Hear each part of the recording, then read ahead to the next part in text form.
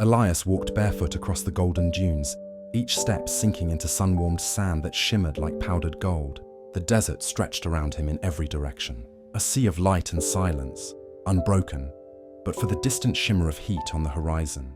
There was no map, no destination, no witness but the sky. And yet, Elias walked with purpose, as if the sand whispered secrets only he could hear. He had left behind the world long ago, concrete cities, voices thick with urgency, blinking lights that drowned the stars. He had turned from all of it. He'd traded noise for stillness and time for space. At first, the desert had felt like emptiness, a punishment maybe. But now, with the weight of the world peeled away, it felt like something else entirely.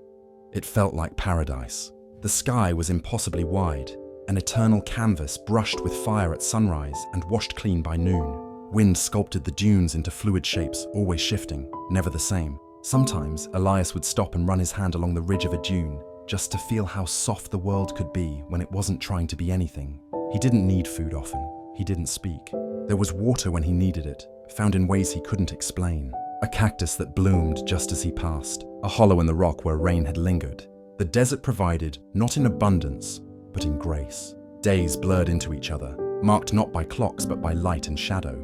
Nights were velvet black, stars piercing through like ancient truths. Elias often lay on his back then, staring up in silence, feeling so small it made him ache.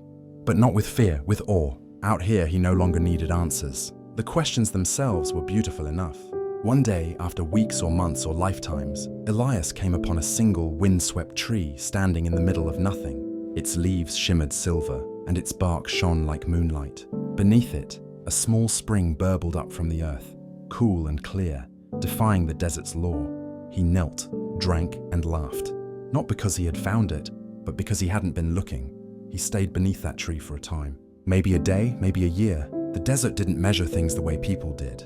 Then, when the wind called again, he rose without hesitation. He left the oasis behind, not out of restlessness, but reverence. Some paradises are not meant to be kept, only passed through. And so he walked on, alone but not lonely, beneath a sky that was always watching, through a world that asked for nothing but presence. Sand kissed his feet, light crowned his path, and the silence sang. Elias smiled. This was enough. Thanks for watching. Follow for more polar thoughts.